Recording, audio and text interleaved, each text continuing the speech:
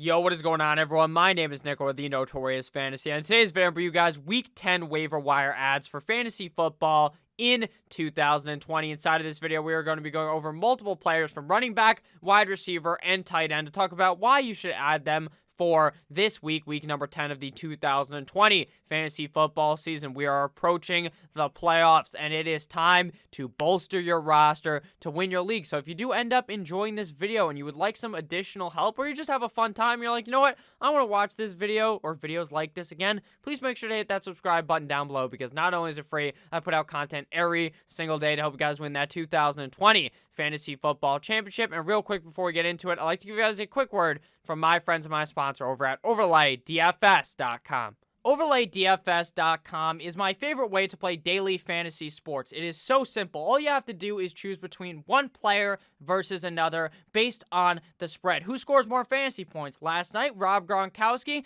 versus Antonio Brown. Antonio Brown plus 1 point, or Rob Gronkowski minus 1 point. Antonio Brown ended up winning this matchup. Last night, Breeze versus Brady. Breeze plus 3 or Brady minus 3. Brady obviously lost because he threw 7 million interceptions in that game. It is that simple. Player versus player plus the spread. Anyone can do it if you play fantasy football. It is super duper simple, so make sure you guys check out OverlayDFS.com. And we are back. Let's get into Week 10 waiver wire ads. We begin with the running back position. First running back of note is running back Mike Davis of the Carolina Panthers this week, facing the Tampa Bay Buccaneers at home in Carolina. Christian McCaffrey very much in doubt for week number 10, and that's not just my wording, that is the wording I found on Roto World on the report, so very much in doubt for week 10, and we'll know more about his specific injury after the MRI that is going to take place on Wednesday, which would pretty much mean, is he going to miss this week against Tampa Bay, or is he going to miss this week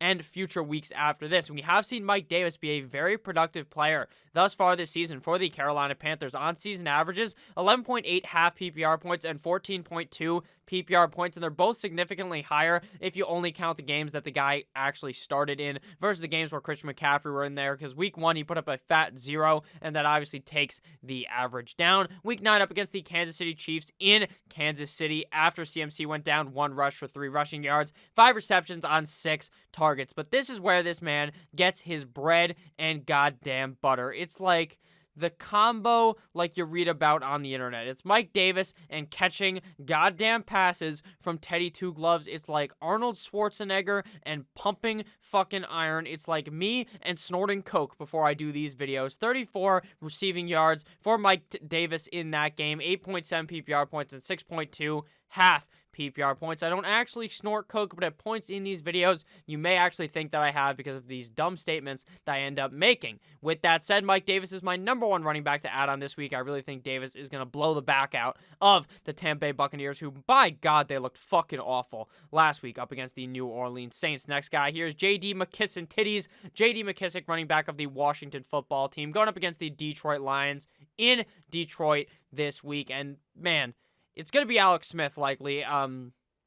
What's his name? The other guy, Kyle Allen. That motherfucker's done for the year. He's going to be having season-ending injury. Or not season-ending injury. Season-ending surgery, I should say. He had a season-ending injury last week, so he's done for the year. It's going to be either Alex Smith or maybe they revive Dwayne Trashcan Hashkin on the 3rd night. Dwayne Hashkin rises and becomes the Lord that they so wanted, because Dwayne Hashkins, my God, what poor treatment of this man. Like, come on, he can't be that bad. Let him fucking play instead of Alex Smith.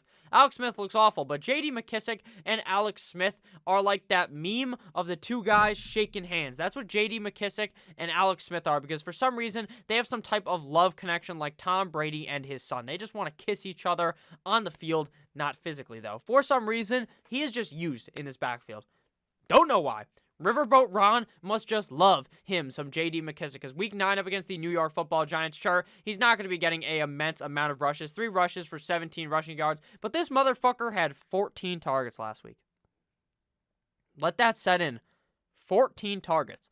Most wide receivers that you are going to be starting in your fucking lineup that you may have drafted in the 1st round don't get 14 targets.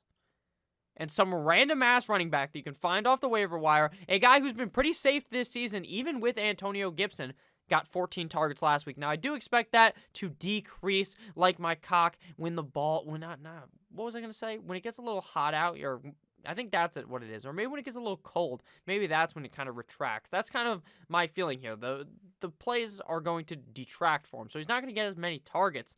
The joke really missed. It was like a kick from Cario Santos from deep.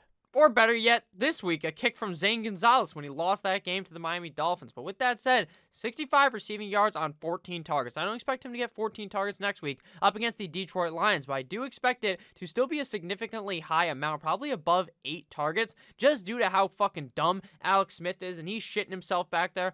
All respect to Alex Smith for getting back on the saddle after the guy legitimately almost lost his leg playing football a couple years ago. I respect him. But man, does he look bad. 17.2 PPR points to 12.7 half PPR points last week up against the Giants. And the Detroit Lions defense, in my opinion, is even worse than the Giants. So we could really see J.D. McKissic eat this week. Next guy here, we got Duke Johnson. Duke Earl of Johnson, running back of the Houston Texans, going up against the Cleveland Browns this week in the dog pound in Cleveland. David Johnson is in the concussion protocol, so he could be missing this game. Will he? Who knows? But there's a obvious shot that he does miss, and Duke Johnson looked very good after David Johnson ended up getting hurt in that game. Week 9 up against the Jacksonville Jaguars and Jake Luton. 16 rushes, 41 rushing yards, 1 rushing tutty, 4 receptions on 4 targets. He went 4 for 4 like his ass was at Wendy's. 32 receiving yards and 1 fumble for 15.3 PPR points and 13.3 half PPR points in that affair up against the Jacksonville Jaguars. This is a revenge game. Revenge game up against the Cleveland Browns. If you guys remember, Duke Johnson was on the Cleveland Browns.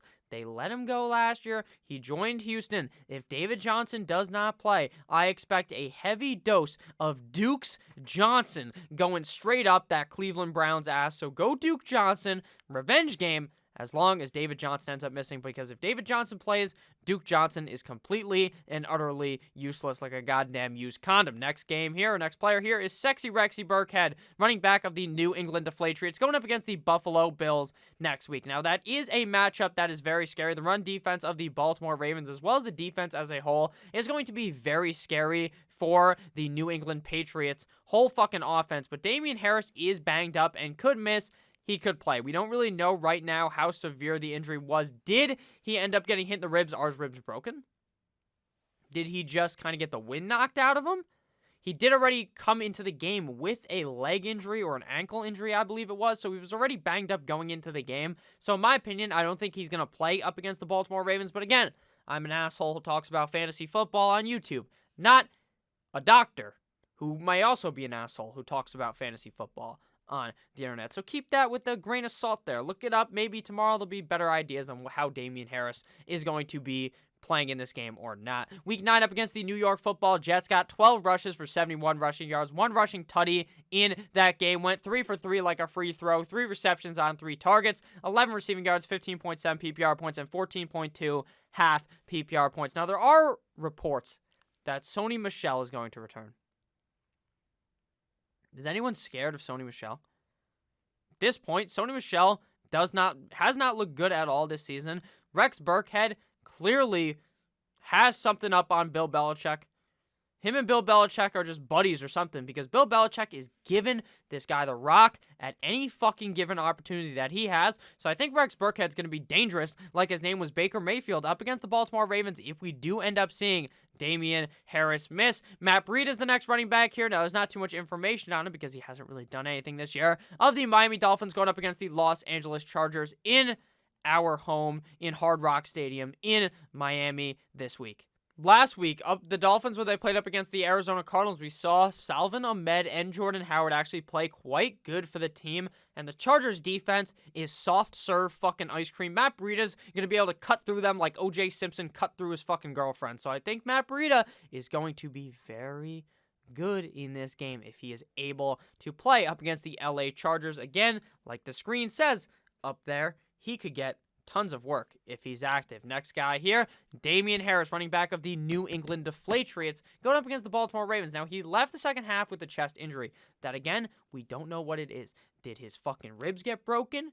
Did his pussy start hurting? Did he just give up? I doubt that happened because he was running quite well. 71 rushing yards on 14 attempts up against the New York Football Jets on Monday Night Football. So Damien Harris could be a good pickup because someone may end up cutting him. They may have been fucking pissed off. And Damien Harris was available in a decent amount of leagues if you're playing in not a super deep league. So Damien Harris is a guy that you could potentially find on the waiver wire that, sure, maybe he won't play this week up against the Ravens, but for the future is definitely a worthy guy to have on your team. Now, onto the wide receiver section of the video. So if you guys have ended up enjoying, make sure you leave a subscribe down below if you are new. And if you are not new, please make sure to hit that like button down below because I would really appreciate it. And it helps other people find this video so they can get the same knowledge that you got. Allen Lazard, wide receiver of the Green Bay Packers, going up against the Jacksonville Jaguars last week. Now, I called for Allen Lazard, the Lazard King, to be an ad last week for your fantasy football team. Now, if you missed out, you said, you know what, Lazard's not going to play on Thursday night. I don't want him. That's fine. But you may have missed your chance because Allen Lazard is going to go balls deep in the Jaguars defense if he is activated.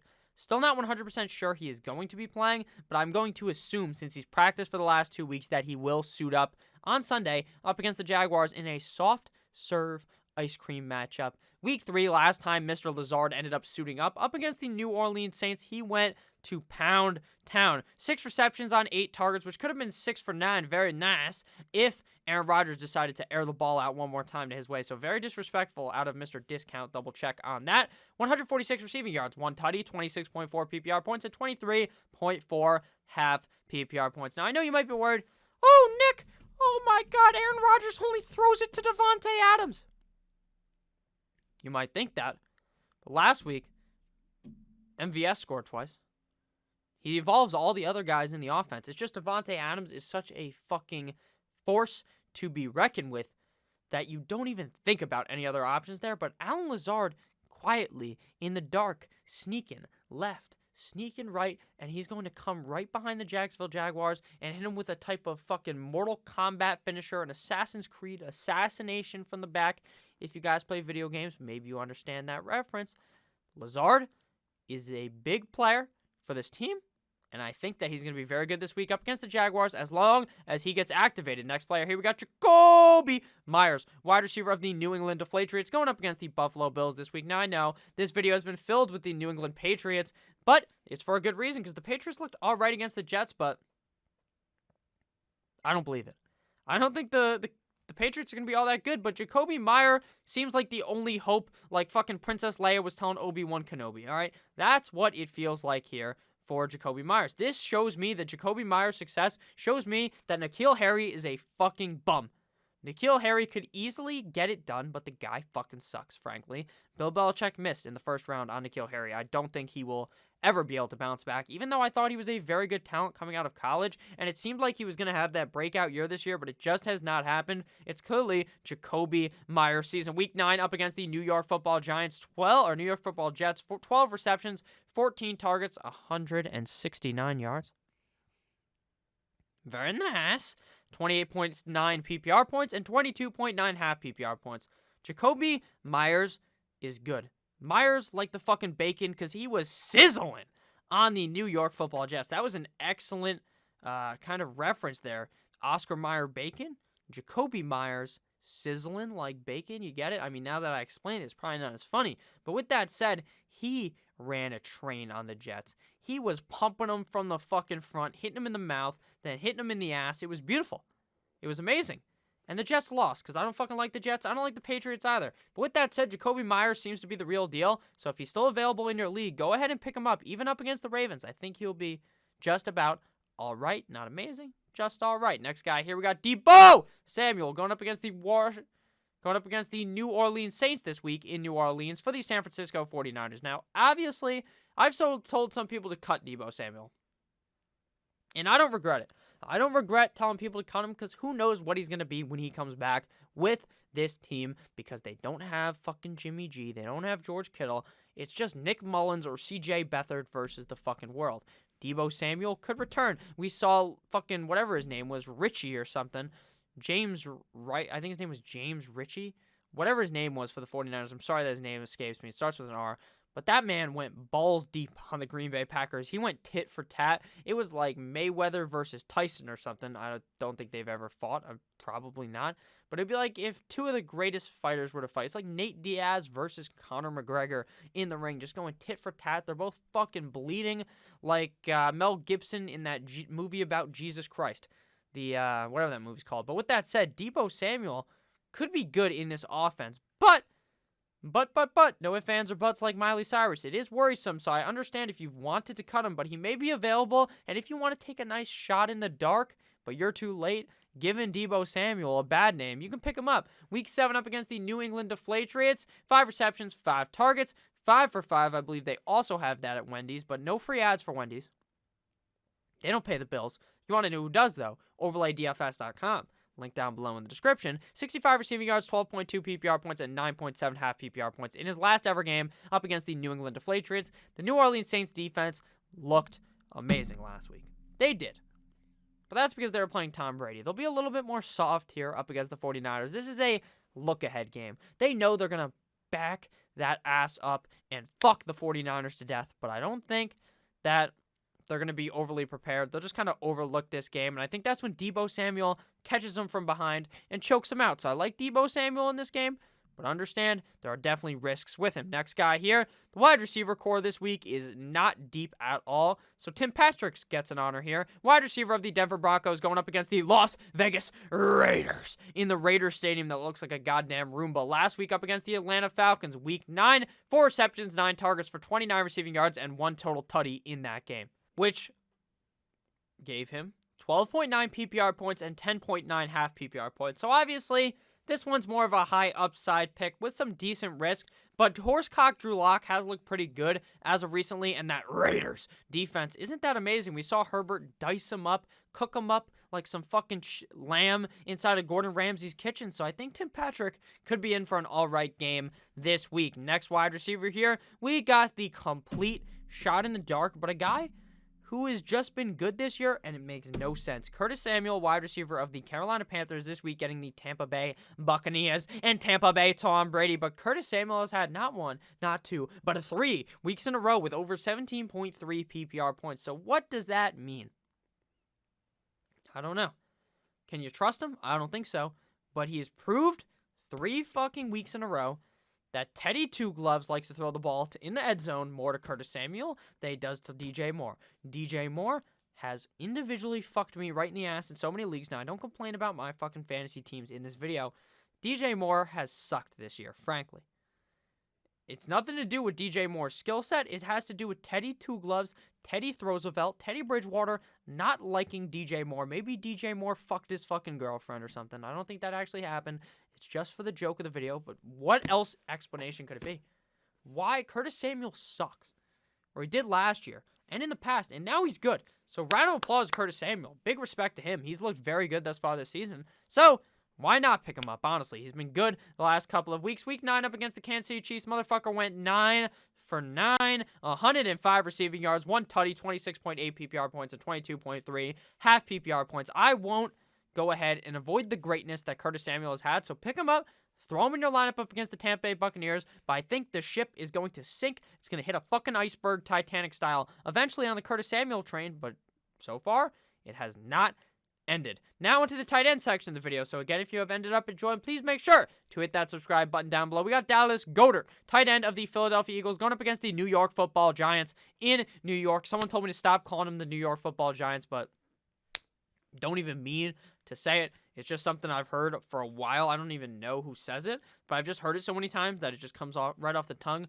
New York, and then there's a space, football, space, Giants. Returned week 8, bye week last week. Week 8 up against the Dallas Cowboys. 1 reception, 1 target, 15 yards, 2.5 PPR points, and 2 half PPR points. Obviously, nothing you're going to call your fucking home. You're going to get your phone out, dial, and call your mother about. Be like, you know what? I picked up Dallas Goedert. What a great pickup. But the tight ends this year have been a dime a fucking dozen. There's like 5 guys in the top 5 that you want to start, and one of them, named George Kittle, is currently in the hospital. Maybe he's not in the hospital. I don't know where he is. Maybe he's at home. Probably at home. But he's not playing. So Dallas Goedert has been good this season. He was good earlier in the season. Zach Ertz is still somewhere. I don't know where the fuck he is. Maybe he's in Cabo with Biggie Smalls. New York Football Giants here. Not a good or an all right defense. The offense for the Eagles looks dick. But they still somehow do stuff in the games. And up against the Giants, it'll be close. So I like Dallas Goedert this week as my numero uno tight end of the week. If you speak some Espanol, that's number one. Jimmy Graham, tight end next year of the Chicago Bears, going up against the Minnesota Vikings. And it's cold like Minnesota. It's cold as fuck outside. I don't know where you guys live. I live in New Jersey. And by God, is it scary outside because of how fucking cold it is. Also, this will be a point of talking for another video. Let me know if you guys have enjoyed the video thus far, though. Please make sure you guys leave a comment. I try not to fucking hit you with a murder spree of telling you guys to hit the subscribe button or something. I just like to hear down below if you guys enjoy or not. If you hate when I go on these fucking random-ass rambles, let me know down below, because then I'll just try to stick straight more to the content. Straight, narrow, no drugs. Don't do drugs. Drugs are bad. Week 9 up against the Tennessee Titans. 6 receptions, 6 targets, 55 receiving yards, 1 tutty, 17.5 PPR points, and 14.5 half PPR points for Mr. Jimmy Graham. He gets the Minnesota Vikings this week. Vikings defense is no bueno. Vikings defense is not good. The Chicago offense looks like they suck cock. Nick Foles looks like he's doing whatever that's called, the self-suck or something is what it's called, where you suck your own wee-wee. That's what Nick Foles doing. He's sucking his own fucking hog because he sucks. He hasn't looked good at all. This whole offense is not humming like a nice bird outside. He's doing whatever the opposite of humming is. It is looking like a dumpster fire. But it's okay because Jimmy Graham has still been performing. And final player of the video and final tight end is Austin Hooper, tight end of the Cleveland Browns, going up against the Houston Texans this week. The Texans defense is dick. Expected to return this week. He has been gone since week number 6 up against the Pittsburgh Steelers in that game. 5 receptions, 6 targets, 52 receiving yards, 10.2 PPR points, and 7.7 half PPR points. While I don't see Austin Hooper as some grand poobah at the tight end position now without Odell, this is his first game without Odell. Well, it's not the team's first game without Odell. It is Austin Hooper's first game without Odell because Odell got hurt in the time Hooper was hurt. So that's what I meant by that.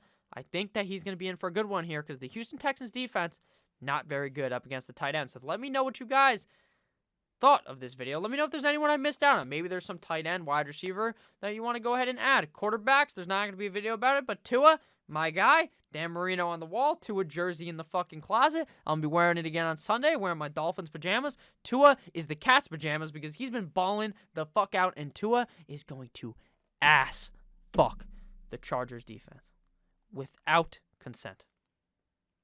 Tua is going to eat a W all over the Chargers. Thank you guys all for watching. I love you all. Have a great rest of your guys' day. Make sure you guys check out overlaydfs.com as well if you want to go ahead and make some money. Have a great rest of your guys' day. Again, I really appreciate the support we have seen thus far. I'll see you beautiful bastards later with another video. It's either going to be running back, start or sit, or wide receiver, start or sit, depending which way my brain is leaning in the morning. I love you all. Have a great rest of your guys' day. Hope you guys had a good night's sleep. Go Dolphins. Goodbye.